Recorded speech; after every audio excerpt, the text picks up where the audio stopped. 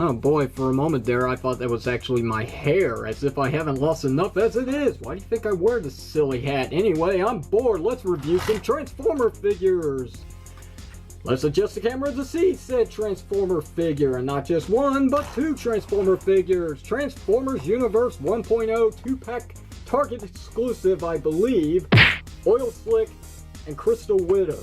Yeah, try saying that 5 times. But anyway, a repaint of Beast Machine's Black Arachnia. That's happened quite a bit with a purple scheme for the Beast Machine's Japanese release, which is a rare figure, hard to come by and very expensive nowadays on eBay, which is why I don't have it.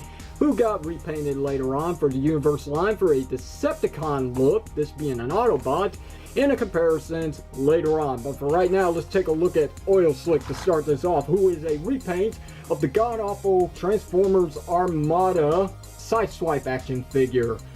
Yes, he is horrible, but there is no doubting that this is a very cool looking vehicle, a very nice sports vehicle, a vehicle that I don't even know what it is actually, but this is definitely something that you would see on the road when compared to those modern takes on vehicles from the Transformers line, which doesn't make any sense. So that's why we keep calling them Cybertronian. It's the only way, their excuse, their exit card, Cybertronian, right, so we can't judge him for that. But anyway, this is not Cybertronian, this is Earth looking. I love it. So probably the whole reason why this figure still exists in my collection, which is very slim picking on Transformers Universe 1.0 action figures.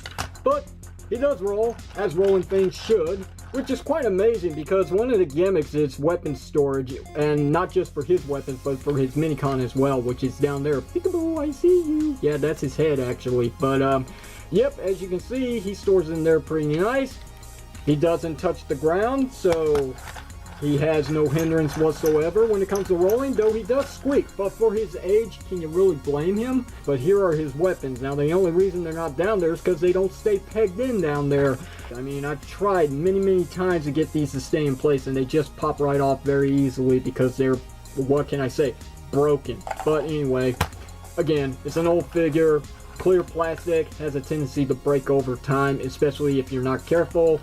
Also, the Decepticon symbol has a tendency to scrape off very easily if not careful, and as you can see, this is a very terrible paint job.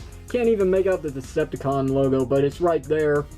It's my early work, so yeah, just let it slide. I mean, if I was to wipe this off and repaint it today, this would look 10 times 10 better. Try saying that one 5 times, but anyway, the rest of this is actually a really nice paint job done by Hasbro. I'm quite impressed. It even has Transformers here, which a lot of people, I mean, just laugh at, considering this is supposed to be a robot in disguise, except for the head revealing syndrome there, which is common theme with some Transformer figures, mainly X-Brawn from Robots in Disguise. But the just slap Transformers there is a dead giveaway.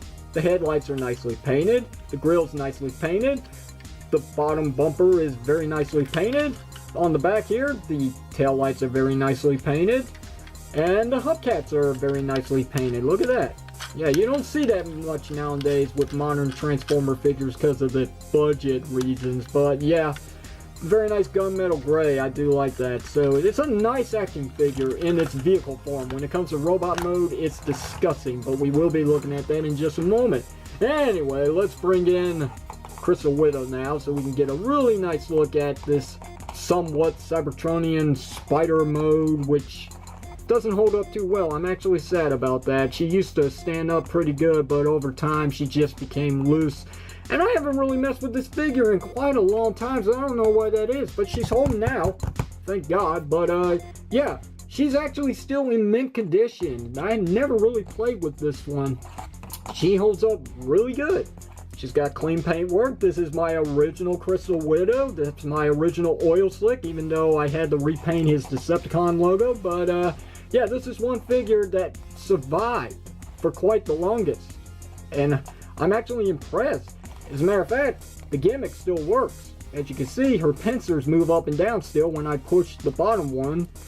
But what you're supposed to do actually is, I'm kind of scared to do this because this is where it could break very easily, but you're supposed to pull back on her front legs, which these don't really count as legs. Look how small they are. But hey, it's a toy. It's meant to not look as accurate as it can be because of the transformation thing. So anyway, let's do a side-by-side comparisons because there's really not much to say about this one. So let's bring in the original Beast Machines, Black Arachnia compared to Crystal Widow. And yep, it's one and the same, just there's been some tweaking in the paint job, but that's it. Not much else to say. So she does have articulation. She can move her legs here and here and here and here and here, and even the front ones move, and that's basically it for the articulation. Very much the same places that a spider can move their legs, in and out, up and down, you name it, it's all around moving. So not much else to say, so let's go ahead and transform this one, and then we'll go back to Oil Slick and transform him next.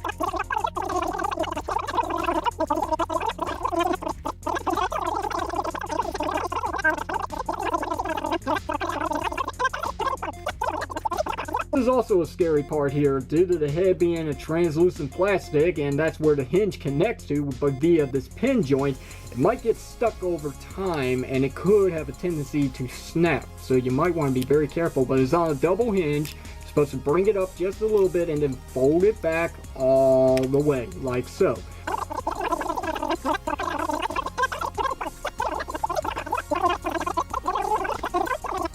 In her very nice looking robot mode.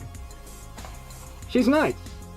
Just like the Universe one, which I do have, which is right here. So as you can see, one Decepticon, one Autobot. As you can see as well, the Autobot crystal is right there. It's on this side, dummy. Yeah, but yep, there it is. It's dusty. This is a very old figure that I really don't pay attention to anymore, and I don't even bother cleaning, but yep, there's that. And then here's the Decepticon one. These are both in very nice condition, actually. It's one of my better Transformer action figures that I've got multiple of. So that's very cool.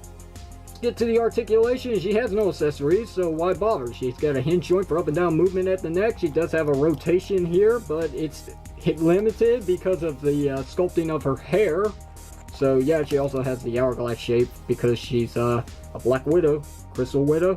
Yeah, it doesn't really work. She also has, you saw this bit here that's actually translucent. That's supposed to be for light piping, but doesn't matter what I do, there's absolutely no way you're gonna see any light reflecting out of these eyes here. It's too dark. The plastic they use is just way too dark. So anyway, she doesn't want to get all on camera, unfortunately. You get out of camera, but yeah, anyway, back to the articulation. I didn't mean to take some time away from it, but she does have ball joints for her shoulders. She's got ball joints for her elbow. She's got a swivel joint for this section here of her forearm. She does have a hinge joint or a pin joint for the fingers. She looks like she's flipping you off, which is a very nice thumbnail that I'm not going to use. We do have a ball joint for the waist section. Ball joint for the legs, which, good God, she is very flexible. So she does have some inward and outward play. She can get the JCVD split. She's got this hinge joint here for her knee, a hinge joint for the feet, and she does have ball joint play here with these back legs for the spider, and that's really it for her articulation. She's loaded for the time. This is actually quite impressive. The physique, the proportions, the paint job, the molding of this figure is just fan-freaking-tastic. She's got it down right. I mean, she's a really nice one. She even has eyes. That's something I forgot to mention there. Yeah, she's got eyes, she's got lipstick. She's beautiful. This is one gorgeous spider transformer action figure that I love. I mean, just freaking love this mold. That's why I've got multiples of it. Black Arachnia is just a very nifty transformer when it comes to toys. And there's no disregard whatsoever. Crystal Widow is definitely one you want to own as a part of your Transformers universe, if not just your Transformers collection, period. She is very cool. Alright, so that's her review. Now let's go ahead and get back to Oil Slick, and dear God, this is going to be very hard to accomplish. But anyway, he has a gimmick in this mode. You pop this button right here. Obviously, I showed this off earlier. The dead giveaway was underneath. He does have his Minicon, which, as you can see, it's holding on pretty secure. It's not going anywhere. Minicon's name is Nightbeat. Nightbeat is a motorcycle, and he looks okay. He makes the part, as you can see. You can bring down these pipes here. That's obviously going to be his legs, and then here's his head. Rotate him around, and these wheels are supposed to be his arms and hands, and he's a weird looking Minicon, but hey, I've seen worse. But to his credit, he is one of those Minicons that can actually stand up just fine. Look at that. Yeah, let's go ahead and transform him back, because it's not about the Minicon, it's about the gimmick. Hold that up, connect the pipes, and there we go. Now tab him back into place, and he is very hard to get off of this tab. He likes to hold on to this pretty secure. So the gimmick basically is for his Minicon power. You press this button right here, which has got nothing to do with the Minicon actually. What the heck is with that? But yeah, anyway, this also starts off the transformation for the guy. But you press this button, it's supposed to release both at the same time, but it didn't. But as you can see, it extends the front of the car, which looks god awful. I mean, this is no Striker Optimus Prime, if you know what I mean. But it's supposed to be like some kind of high-speed pursuit mode, I guess. It doesn't look too good, does it? Anyway, he's a Decepticon, so I'll let it slide. So, let's go ahead and take off the Minicon now that we've performed the Minicon's gimmick, which really got nothing to do with the Minicon at all. I mean, that's just so freaking weird, but let's go ahead and get to transforming this guy, which I've already done the first part of it. So let's do the next part. Fold back all this here. Gonna create some real bad kibble. Snap his waist together. Split apart the legs, obviously. Hinge him up like so. Flip down the feet. And then split apart the front of the car. Bring down the Decepticon chest bit. Bring up the camera so you can see the rest of this. And then tab all this back together on these nice clicking tabs. And oh dear God, there he is. Yep. This is Oil Slick in his robot mode, except for one more thing. Slide forward the head, and now he's fully transformed. Oh, this was his undoing, unfortunately. Again, it's got nothing to do with the Minicon though. It's funny. Most of the Minicons activate the gimmick for the Transformer Armada figures, but this is one of them where the figure itself has a gimmick within that really got nothing to do with the Minicon. And it just overall kills himself. It's awful. It's just awful. I mean, Jesus Christ, look at this. Just look how awful this is. What were the designers thinking? Obviously, they were saving a buck and skipping leg day, but oh my God. I can't even make a joke of that. It's just so horrible. This is not to say he doesn't have any articulation. He actually does. His head slides back and forward through the transformation. His arms do have some inward and outward play. They're on a pin joint here, which does ratchet pretty good going all the way back. So you do get some range of play. He does have a bicep swivel, and if you're not careful, you can undo his forearm. But yeah, that's also part of the action feature, is that he can sucker punch an Autobot, I guess, since he is a Decepticon. I was about to say the opposite because I was thinking Sideswipe, but he does have a ball joint at the elbow, but it doesn't really work because it just springs right back into position, and that's unfortunate because this figure really deserves some elbow movement. But nothing at the waist due to transformation. The legs, they do get a few ranges of play. You do get some forward, you get quite a bit back. You get your inward and outward play. If you get the arms out of the way, you can get a split on, so there's your JCVD as best as it can get. It does have a knee joint in the opposite direction, because of transformation, so it looks like he broke his leg. And then he's got a hinge joint due to transformation at the feet for up and down movement, and that is your articulation on this guy. And let's do a side-by-side comparisons with Crystal Widow, because that's the only one that I feel should work with this, because it was the feature, the 2-pack. So, yep. There you have that. Oh, I forgot to showcase his weapon, which went way over there for some reason, but I got it. Here it is.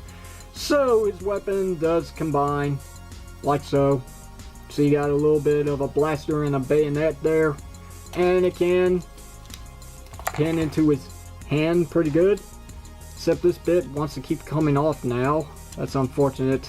I guess the plastic is starting to break on the gun. But, yep. There you have that. Pew, pew, pew. You're dead, Autobot. Not much else to say. His minicon actually does have a place to be stored right here, back here. And, actually, to tell you the truth, I don't even know what that really does. I've never really messed with it, so let's find out. What's this supposed to do? Because, as you can see, it's supposed to push down on it. Oh, you're kidding me.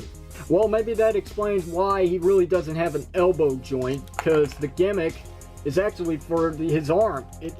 You bring this down and try not to break the figure at the same time, but that's actually pretty tight. Let's try that again. You tab the minicon in, hold him as best you can, and push down on the minicon, and it's supposed to bring his arm up. What a gimmick. What a gimmick.